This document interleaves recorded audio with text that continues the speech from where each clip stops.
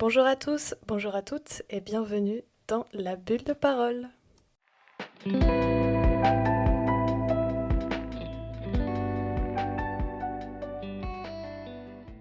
Aujourd'hui, on se retrouve pour une édition spéciale du podcast, donc encore une fois un épisode un peu spécial, puisque aujourd'hui c'est Halloween, la fête des morts où on aime bien se faire peur. Et comme je suis une personne qui adore tout ce qui touche à l'horreur, j'aime beaucoup les jeux vidéo d'horreur, les films d'horreur. C'est une esthétique que j'aime beaucoup, j'adore la fête d'Halloween. Eh bien, j'ai décidé de consacrer cet épisode à l'horreur. J'ai beaucoup hésité sur ce que je pouvais raconter dans cet épisode. Je pouvais, par exemple, vous parler de mes films d'horreur préférés, mes jeux d'horreur préférés. Après, j'ai pensé à vous raconter peut-être des anecdotes d'horreur que j'ai moi-même vécues. Sauf que, eh bien, j'ai vécu très très peu, voire pas du tout d'expérience paranormale dans ma vie. D'ailleurs, j'hésite entre être un peu contente de ce fait-là ou bien de regretter un peu, parce qu'il y a une part de moi forcément qui est un peu curieuse. Mais je me suis dit que je pouvais faire un épisode assez chill, un peu dans l'esprit des threads d'horreur de Squeezie, en vous racontant tout simplement des histoires d'horreur d'autres gens. Donc j'ai décidé d'aller sur Reddit, l'endroit où il y a le plus d'histoires. Et comme mon accent en anglais est un petit peu nul et que j'ai pas envie de traduire de manière un peu aléatoire des textes en anglais, je suis allée sur un thread français, Let's Not Meet FR, et je vais vous lire les petites histoires que les gens racontent. Bien sûr, c'est pas sûr que ce soit toutes des histoires vraies, il y a beaucoup de gens qui enjolivent un peu la manière dont ils racontent, mais l'objectif de cet épisode, c'est tout simplement de se mettre déjà un peu dans le mood d'Halloween. Donc n'hésitez pas à vous blottir dans votre canapé ou dans votre lit, à prendre une couverture bien chaude, une tasse de chocolat chaud, et c'est parti. La première histoire s'appelle Les prières dans le mur. J'ai 17 ans aujourd'hui, mais ce que je vais raconter s'est passé quand j'en avais 14. Cette année-là, mes parents avaient acheté une maison un peu à l'écart du centre-ville. Une grande bâtisse ancienne, entourée de champs et bordée par une forêt. Ils rêvaient de calme, de nature, d'espace. Moi, j'ai tout de suite détesté cet endroit. Dès le premier soir, j'ai senti quelque chose d'étrange.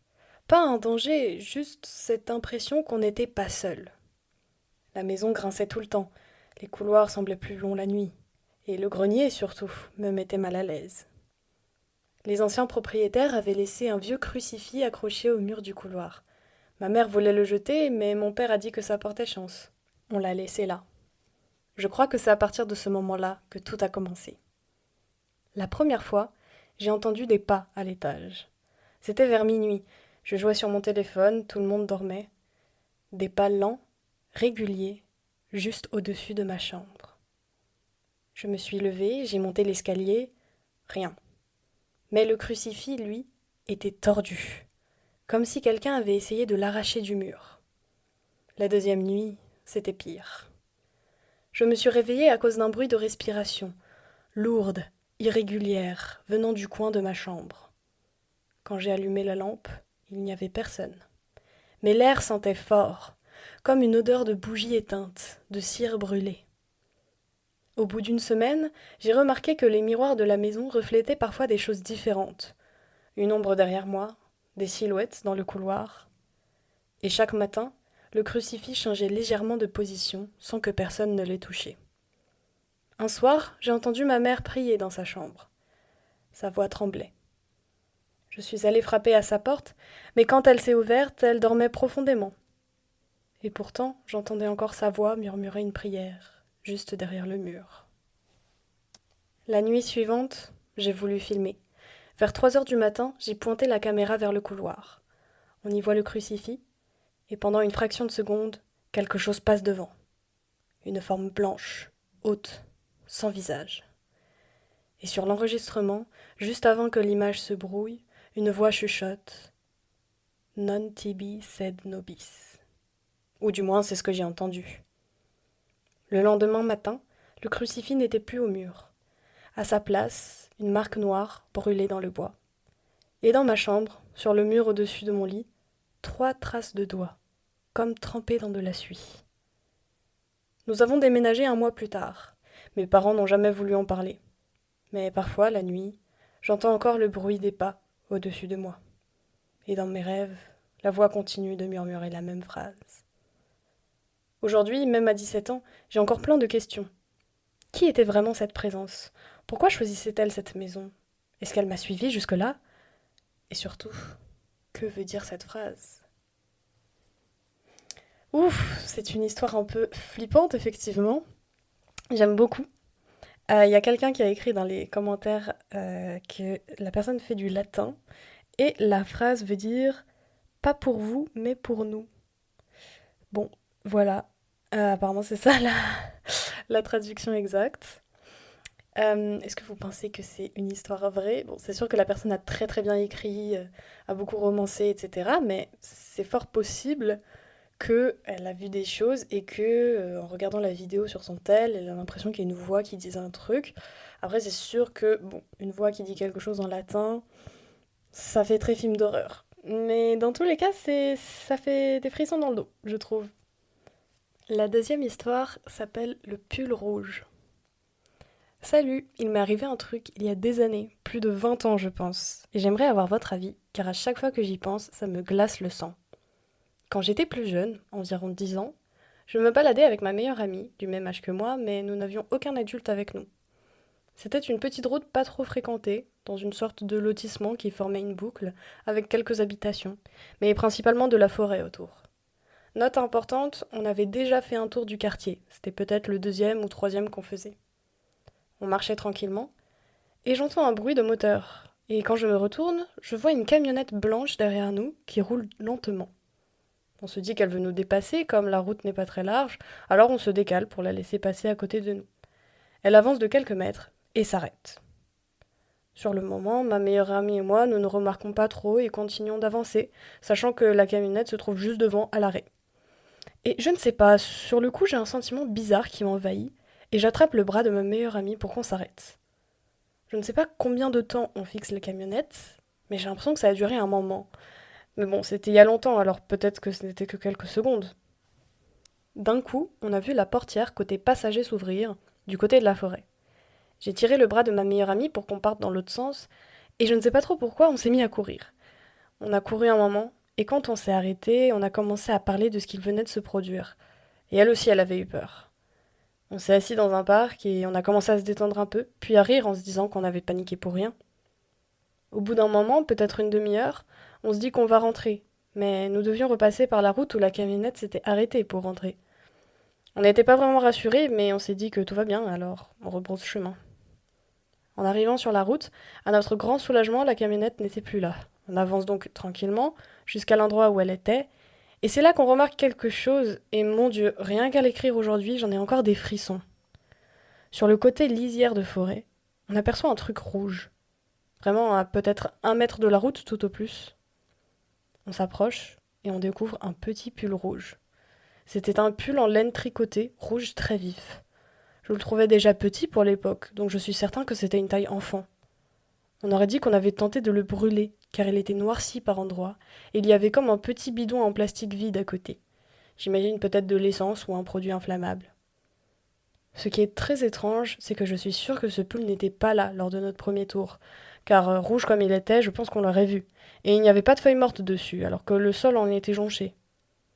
Nous n'avons jamais parlé de ça à nos parents, mais encore aujourd'hui je ne peux pas m'empêcher de me dire que les personnes à bord de cette camionnette ne nous voulaient pas du bien. Et je ne peux pas non plus m'empêcher de penser que c'était eux qui ont déposé ce pull rouge et ont tenté de le brûler. Est-ce que mon œil d'enfant était biaisé et m'a rendu paranoïaque? Ou est-ce que sans le savoir, j'ai échappé à quelque chose de très grave? Et ce pull rouge, qu'est-ce que c'était? À qui? Pourquoi? À chaque fois que j'y pense, ça me terrifie. Eh ben, ça, c'est une histoire d'horreur qui fait peur parce que pour le coup, c'est très réaliste et ça peut arriver à tout le monde. Je pense que la personne qui a posté ce message sur Reddit avait failli se faire kidnapper, voilà. Donc faites attention à vous. C'est vrai que le truc des camionnettes qui te suivent, qui s'arrêtent et tout, Alors, ça fait toujours très peur. Et en plus, je crois qu'en ce moment, il y a tellement de, je sais pas, des trafics, etc. Bref, prenez soin de vous. Mon petit message de prévention. Mais ouais, et c'est vrai que c'est une histoire assez particulière parce que je trouve que le pull rouge, je sais pas, c'est une image qui marque vraiment un peu symbolique. Je sais pas si vous avez vu le film Ça, inspiré du roman de Stephen King, It. Mais un truc que j'ai retenu de ce film, en tout cas qui me vient dès que j'y pense, c'est le ballon rouge du clown. Donc vraiment, c'est une couleur, je trouve, qui marque un peu. Et aussi qui est, dans ce cas, dans les deux cas, en fait, dans le film, ça et dans cette histoire-là, sur Reddit, c'est en fait deux éléments qui sont associés à l'enfance. Le petit ballon et puis le petit pull tricoté d'enfant. Donc ça fait froid dans le dos, je trouve. La dernière histoire que je vais vous lire s'appelle L'homme derrière le rideau. Je m'appelle Olivia. J'avais 11 ans quand cet été-là, je suis partie aux États-Unis, à Hilton Head Island, en Caroline du Sud, avec toute ma famille. On logeait dans une immense villa. 6 chambres, une piscine extérieure, le rêve. Mais 3 chambres restaient vides, abandonnées. Les vacances auraient dû être parfaites. Sauf que moi, je dors mal depuis toujours. Insomnie, cauchemar, des nuits blanches hantées par le même rêve. Un homme entre dans ma chambre pour me faire du mal. Les 3 premières nuits, je ressens quelque chose d'étrange, comme si j'étais observée. Ma chambre est lumineuse, sans volet, juste avec un grand rideau blanc transparent qui laisse passer la lumière de la lune. Je n'y prête pas trop attention, jusqu'à ce soir-là. Un bruit sourd éclate depuis le garage. Mon cœur s'emballe. Je me cache sous la couette, essayant de respirer calmement, mais quelques minutes plus tard, un frisson me parcourt le dos. Je sens un courant d'air. J'ouvre lentement les yeux. Grâce à la lumière de la lune, je distingue une silhouette. Juste là, à la fenêtre. Je me fige. Impossible de bouger, impossible de crier. Les larmes montent. Je prends mon iPad sous la couverture et j'envoie un message à mon grand frère. Heureusement, il est encore réveillé à une soirée. Il me répond tout de suite. Pendant que j'écris, j'entends un bruit métallique. L'homme trifouille la fenêtre. Mon grand frère appelle immédiatement la police et fonce vers la villa. Moi, je pleure, tétanisée, sans oser me retourner. Puis un bruit plus fort. La fenêtre s'ouvre. Je me retourne enfin et je le vois. Un homme, debout, me fixe. Il essaye d'ouvrir la deuxième fenêtre. Alors je hurle, de toutes mes forces. Il s'enfuit aussitôt.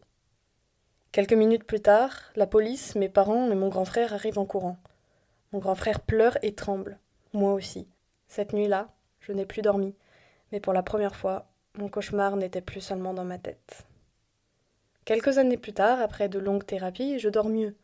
Je suis suivie pour mon anxiété, et même si je reste hypersensible, je me sens plus forte. Un soir, autour d'un dîner en famille, je reparle de cette histoire en rigolant. Tu te souviens la fois où j'ai cru voir un monstre à la fenêtre? Mais mon frère se fige. Mon père s'assoit près de moi, le regard grave, et là, il me raconte la vérité.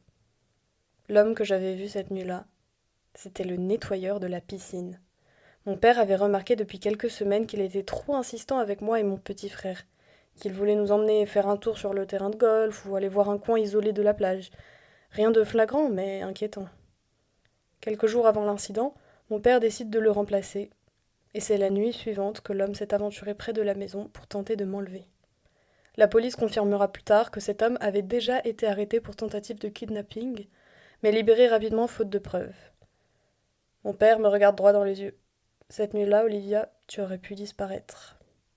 Ce que j'avais pris pour un cauchemar était en réalité la nuit où j'ai frôlé le pire. Ouh là là, cette histoire. Pareil, j'ai des frissons dans le dos. En fait, au début, j'ai cru que ça pouvait être une paralysie du sommeil, parce que la personne a dit qu'elle pouvait pas dormir. Mais après, elle a commencé à écrire à son frère, et au final, c'était pas du tout une paralysie du sommeil, c'était un fait réel. C'est très très flippant, honnêtement.